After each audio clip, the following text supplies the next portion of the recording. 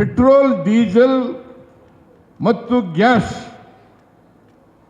2015ನೇ ಇಸ್ವಿನಲ್ಲಿ 49 ರೂಪಾಯಿ ಇತ್ತು, 49-50 ರೂಪಾಯಿ ಇತ್ತು ಡೀಸೆಲ್ ಬೆಲೆ. ಗ್ಯಾಸ್ ಬೆಲೆ 414 ರೂಪಾಯಿ ಇತ್ತು. ಪೆಟ್ರೋಲ್ ಬೆಲೆ 71 ರೂಪಾಯಿ ಇತ್ತು. ಇವತ್ತೆಷ್ಟಾಗಿದೆ ಹೇಳಿ ನೋಡೋಣ.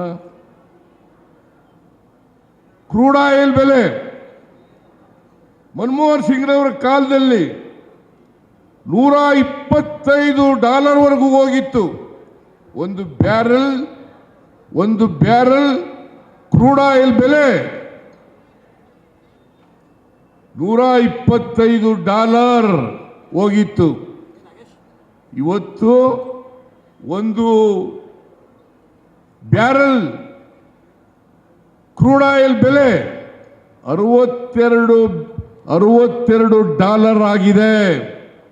ಅಂದರೆ ಸುಮಾರು ಅರ್ಧದಷ್ಟು ಕಡಿಮೆ ಆಯಿತು. ಅರ್ಧದಷ್ಟು ಪೆಟ್ರೋಲ್ ಕಡಿಮೆ ಆಗಿದೆಯಾ? ಡೀಸೆಲ್ ಕಡಿಮೆ ಆಗಿದೆಯಾ?